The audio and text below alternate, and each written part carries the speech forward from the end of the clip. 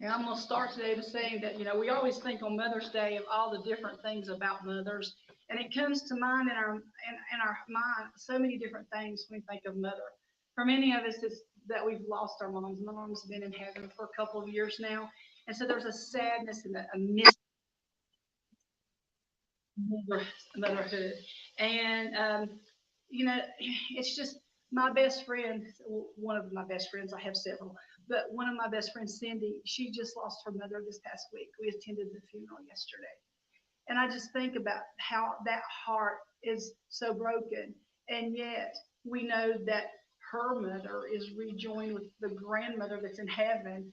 And she was talking to me by text this morning, how that just kind of comforted her.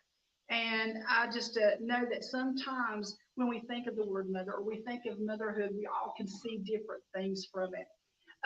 While my message is in some ways pulling in some things about mothers and about motherhood, it isn't completely just about motherhood. Um, Sometimes, though, people are hurt when they think about a mother. They feel rejected and they know that their mother hasn't really been there for them the way she should be. Sometimes, there's that longing that we wish to be a mom and we don't understand why it's not happening for us. And then a lot of people might even feel motherhood, all that trouble that my kids have brought me and all the frustrations I have. I don't know if that's what it's cracked up to be. And you see all these different attitudes and perspectives. And motherhood does have its difficult areas. And in the Christian life, we aren't promised not to have difficulties. We're promised that when we give over to God, that He's going to see us through. So the title of today's inspirational message is Yield the Right of Way. Yield the Right of Way. When we yield something, we sometimes have to yield our own desires. I think sometimes the reason motherhood can be frustrating for some people is that they have this dream and this idea of where they want their child to go, what they want their child to be. And their child doesn't always feel the same way about life as they do, and they don't want to go in that direction, and it causes some conflicts. Other people, maybe they can't accept the fact that the child, is just like them and making something. You're making the same mistake I told you that I made. You need to wake up and recognize. Don't even make that mistake.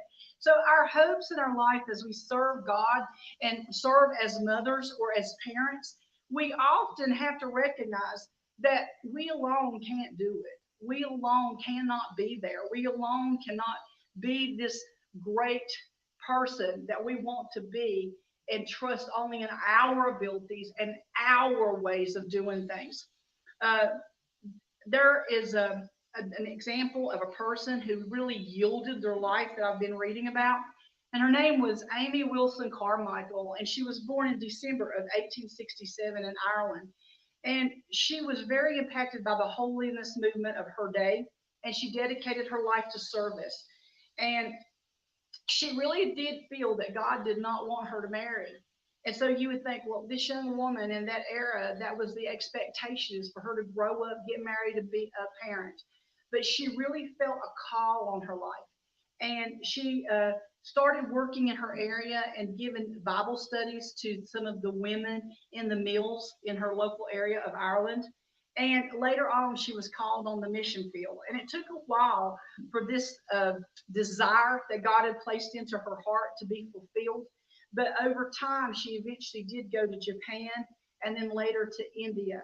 And while she was in India, she found out how that many of the children in India were what they call temple children. And they had been dedicated to the temple, and they basically were there, and they were basically in danger of both moral and spiritual damage because they basically became maybe temple prostitutes and were were damaged and used in an inappropriate manner. And she wanted to rescue them. And she started a fellowship called the Donavar Fellowship in 1901. It's still going today. Um, the people that she pulled in, those children, they called her Ama. I can't pronounce Indian.